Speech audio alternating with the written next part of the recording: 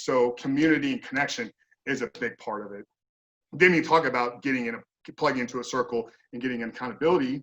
Like that's going to be an important part as well. Probably before you do a lot of this stuff is you need to have like an accountability partner in your corner.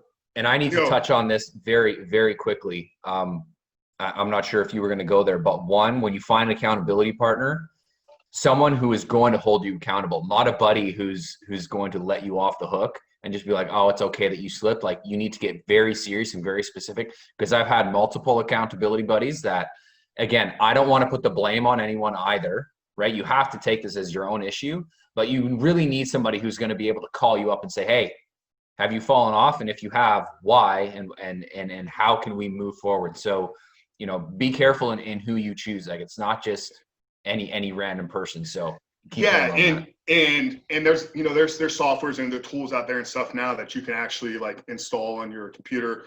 So we have a partnership here with a company called Covenant Eyes. Okay, great.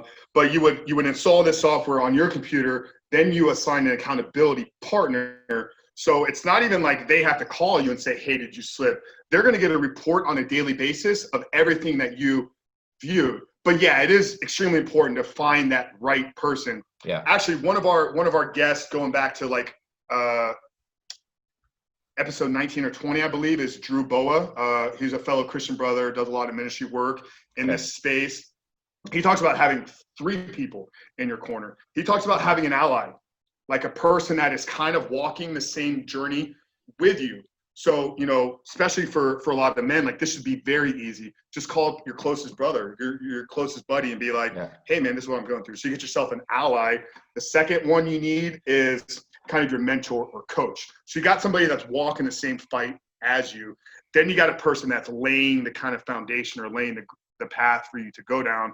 And then the third person, and this would step outside of really my scope of expertise, would be really an expert. So if you're suffering, if you're at the point where this is, got to the point where you're clinically depressed, or if your porn addiction is related to some childhood trauma, you may want to seek out, therapy or some type of counseling, because there's going to be parts that they're going to be able to unpack of your life that our work is not going to get to, because we don't do a lot of reflexive work. Like we're not going to look at your childhood and identify. We'll talk about that type of stuff, but we're focused on coaching. I think therapy, it's working on the past. Coaching, it's building a future for you. So a lot of the work that we do is focused on building that path. But if your addiction is related to some type of childhood trauma, or there's things that are just need to be unpacked, then seeking out, some counseling or therapy would be a great place to go to. Awesome.